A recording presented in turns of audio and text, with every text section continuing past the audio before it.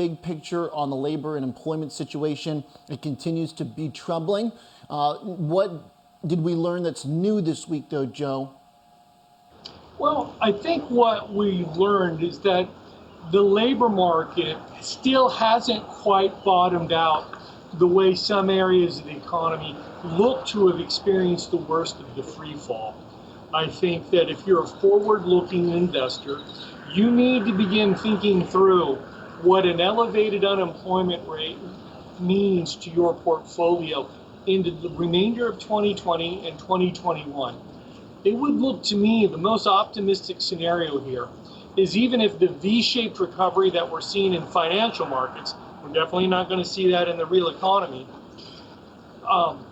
indicates that we will begin to see some improvement, but the optimistic scenario is likely to be around 10% unemployment next year. Joe, if and when we get there, how do we expect the real effect to show up when we have the fiscal support that we do? It seems right now the bridge is enough, but what time frame does it start to get concerning that maybe the bridge runs short? Okay, so we're coming up to another fiscal cliff here with respect to the aid that's been put directly to small and medium-sized enterprises. We're going to need to extend the 8-week limit in terms of the Paycheck Protection Program and the aid that firms got, probably out to 16 or 24 weeks. And then we're going to have to look at another round of aid for the unemployed. Unfortunately, we're going to have a little bit of a noise here going forward into June and definitely into July if the Congress does not act sooner. You know, we've been talking to our clients about what the recovery looks like. Now, in the financial market, it definitely looks like a V shape. In the real economy, it looks more like a Nike swoosh. That implies a frustratingly long and slower recovery than what anyone would like. So there's going to be a great shakeout here in financial markets going forward. You know, we see the bankruptcies in retail. We know we're going to have an enormous number of bankruptcies in energy going forward. It's how far does this push into the other portions of the economy, and will the aid and then the stimulus, those are two different things, Oliver, will that be put forward in order to bolster the economy later this year, or will the election get in the way? And what we're really talking about is no significant aid or stimulus coming till after the presidential election. Joe, you and your team compile a middle market business index, a gauge of activity in smaller and mid-sized businesses in America. Obviously, it took a hit, as one would expect. I'm curious, in the survey measures of this, do you have insight as to what these middle-sized business leaders are saying is their time frame? Did they feel optimistic that they will be able to keep business back after some window of this virus closes, or are they in fear of permanently shuttering? Well, you really hit the nail on the head with that question with respect to what's going on in the real economy. Yeah, we suffered a big hit in April, and it showed up in the data. I think what I'm more concerned with is the forward-looking data in the index, the 6-month ahead expectations on the economy, hiring, compensation, CapEx, and then most importantly, net earnings and revenues. All of them have either majorities or large pluralities that expect things to be somewhat or substantially worse 6 months ahead. That's why this theme of the disconnect between financial markets and the real economy, I think, really is an understated and underinvestigated proposition. We really need to see a better alignment with where equity valuations are and conditions in the real economy. You know, when I talk to our clients, especially the ones that you might consider smaller businesses, I think that right now there's a sense of frustration and uncertainty. Our larger clients, the ones that will likely benefit from the Fed's Main Street lending program, well, they're waiting for that potential bridge capital to be put forward. So we're sort of on what I'd call the interstitial. We're on the in-between, sort of what Winston Churchill might have called the end of the beginning.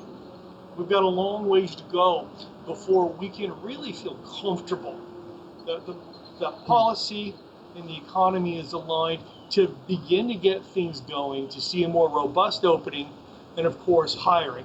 And let me just say this is really important out there. I like where we're going in financial markets.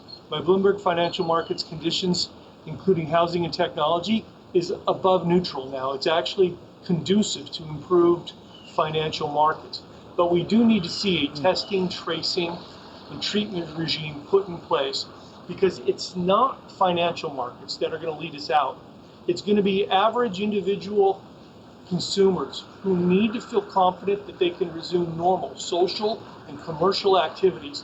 Until we create that condition, well, things will look good, but they won't be what they were prior to the pandemic.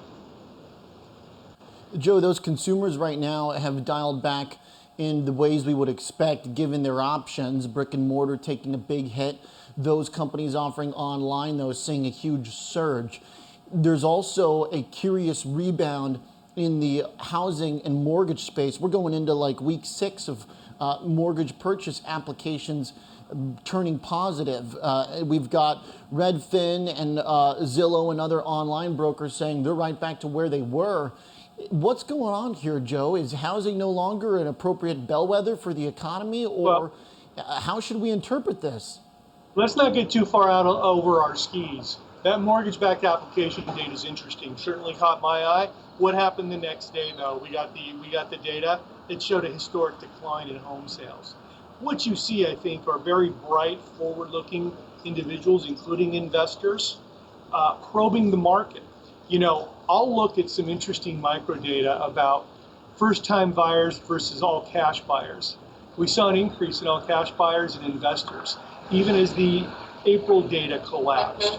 So I think that there's something there. We'll want to look. But, you know, where I'm sitting today, I'm in Austin, Texas, right?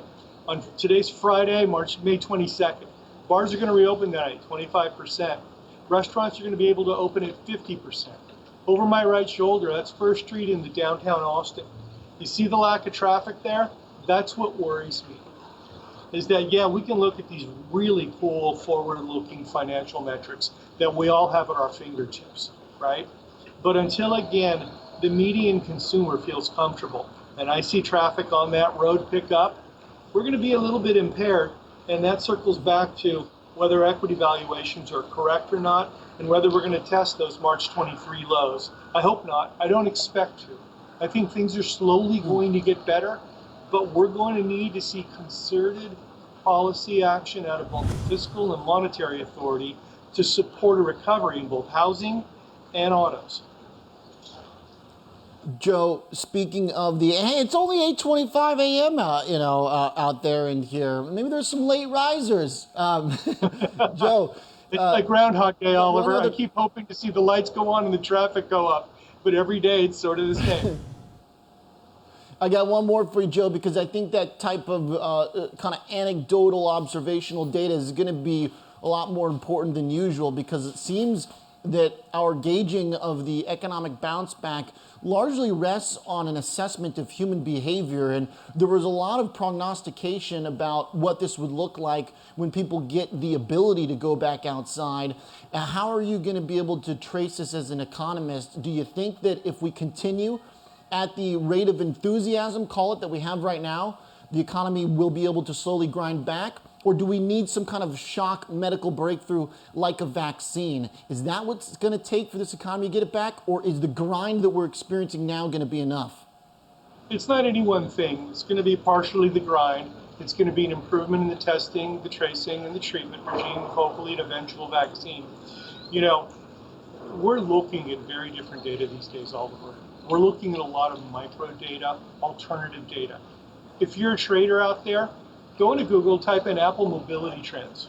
Put in your city, look at your country, compare. You can see real-time data. It's at your fingertips now. That will give you a real sense of where we're at with both the reopening and where the economy is going. You know, inside RSM, we put together a whole alternative data set, and we're using that to make decisions both internally and in terms of how we're communicating it to our clients. We really are in the undiscovered country.